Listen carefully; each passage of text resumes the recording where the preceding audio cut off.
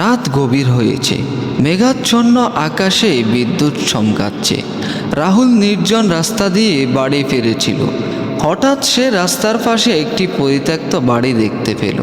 কৌতূহলী হয়ে সে বাড়িটির দিকে এগিয়ে গেল।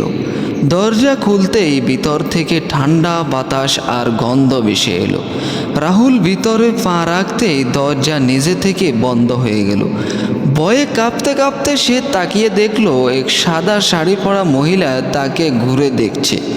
মহিলার চোখে রক্তবর্ণ আর মুখে বিকৃতি হাসি।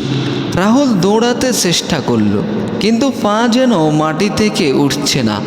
মহিলাটি ধীরে ধীরে তার দিকে এগিয়ে এসে বলল, তুমি এখানে কেন এসেছো? রাহুলের চিৎকার শূন্যে মিলিয়ে গেল, আর সেই রাতেই সে নিখোঁজ হয়ে গেল। পরদিন সকালে কেউ আর তাকে খুঁজে পেল না।